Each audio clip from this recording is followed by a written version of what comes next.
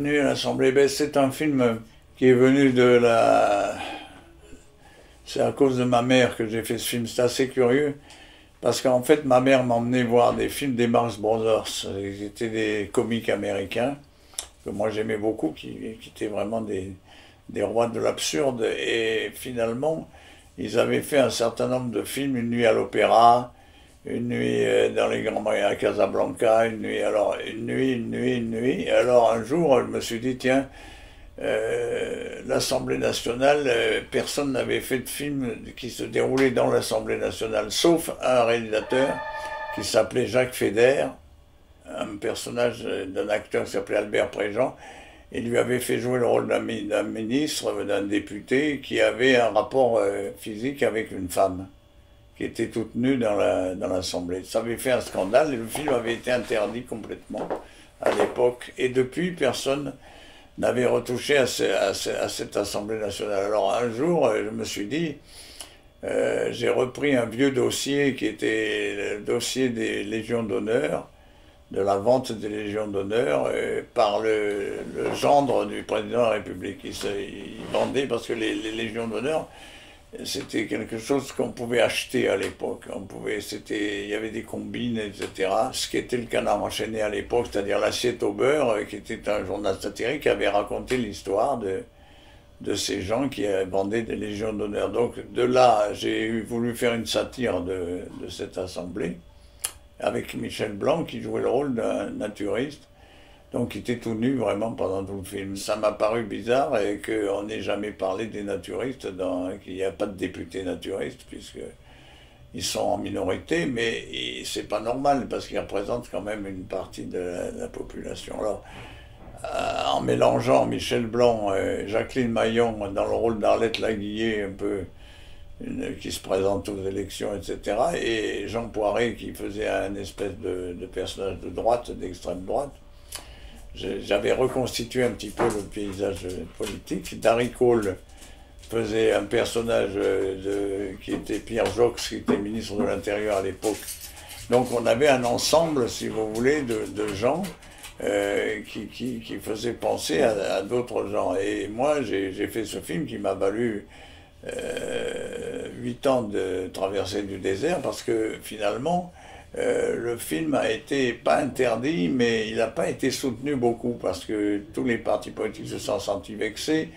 Le fait que j'ai fait une scène avec 450 députés nus dans l'Assemblée, ça a choqué la population, ça a choqué même des gens, des Français, tout ça. Donc je me suis retrouvé dans une espèce de désert en 88 quand j'ai fait ce film, qui a pas mal marché d'ailleurs physiquement, il a fait des recettes, mais il a été considéré comme un film maudit. Et depuis, on le projette très rarement. C'est un film cher, parce que ça faisait partie des gros films que j'ai faits. Il y avait beaucoup de figurants et on a reconstitué l'Assemblée nationale dans un entrepôt de vin du Postillon, là le long de la Seine. Il y avait un grand entrepôt qui est devenu un carrefour maintenant, une espèce de carrefour, et c'est là où on a tourné, on a reconstitué entièrement les gradins, l'ensemble, ça a coûté une fortune. Et on a convoqué 450 nudistes des camps de nudistes environnants, c'est-à-dire de ceux qui sont autour de Paris, Vincennes. C'est un film qui a fait un peu le tour du monde parce qu'il a été acheté par beaucoup de nations, justement qui voulaient voir comment était l'Assemblée nationale. J'étais fier parce que, si vous voulez, il y a eu une osmose entre les acteurs, parce que ce n'étaient pas des acteurs qui étaient forcément du même bord, ni politiquement, ni rien, et ils ont aimé ce film. Alors, ce qu'on peut retenir du film, si vous voulez, c'est des scènes de nudistes dans une voiture, 3 nudistes dans une voiture, un type qui mange des carottes avec ses enfants, et la dame qui fait pipi comme une vache dans un pré. Si vous voulez, il y avait des côtés un peu naturels.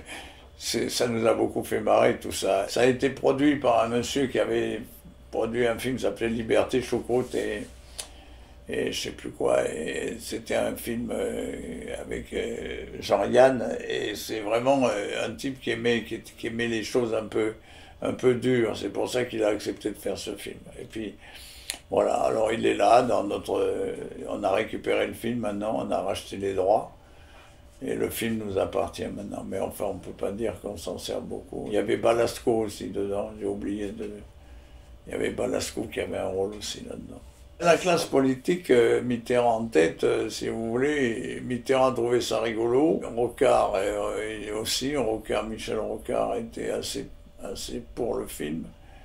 Il y en a d'autres qui se sont sentis vexés qu'on prenne l'Assemblée pour une foire. C'est vrai que ça m'a attiré pas mal d'antipathie qui me poursuivent d'ailleurs, parce que si aujourd'hui j'occupe une situation difficile dans le cinéma, c'est parce que je ne suis pas appuyé par les ministères, par les ministères de la Culture, les ministères en général, même le CNC. Donc, si vous voulez, ce sont des gens qui m'en veulent un peu parce que j'ai attaqué souvent les fonctionnaires, car je ne supporte pas que dans notre métier, il y ait des fonctionnaires. C'est-à-dire qu'en fait, j'estime qu'une fois qu'on a passé la frontière du cinéma, on rentre dans un cinéma, il faut trouver des artistes, on ne peut pas trouver des fonctionnaires. J'ai rien contre ces pauvres fonctionnaires, mais ils n'ont rien à foutre dans le métier, donc c'est insoluble comme situation. On fait 3 films en ce moment, alors pour travailler,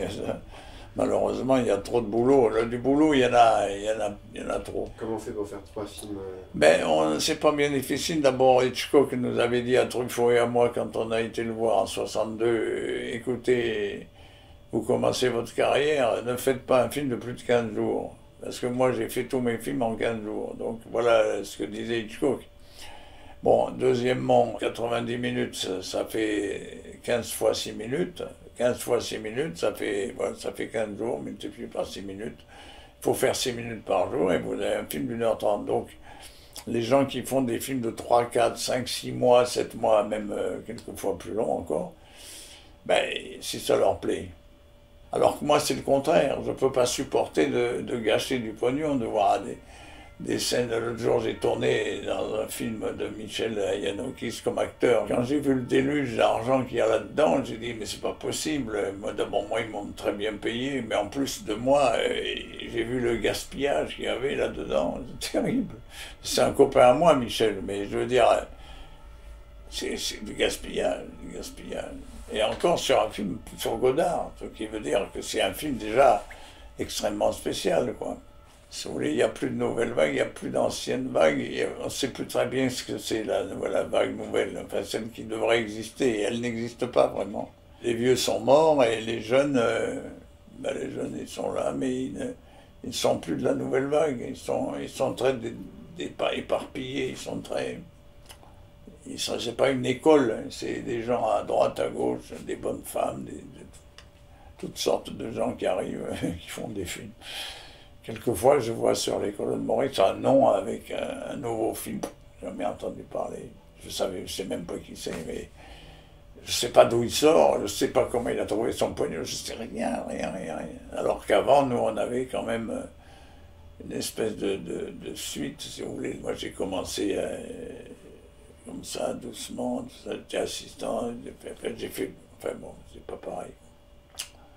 Voilà.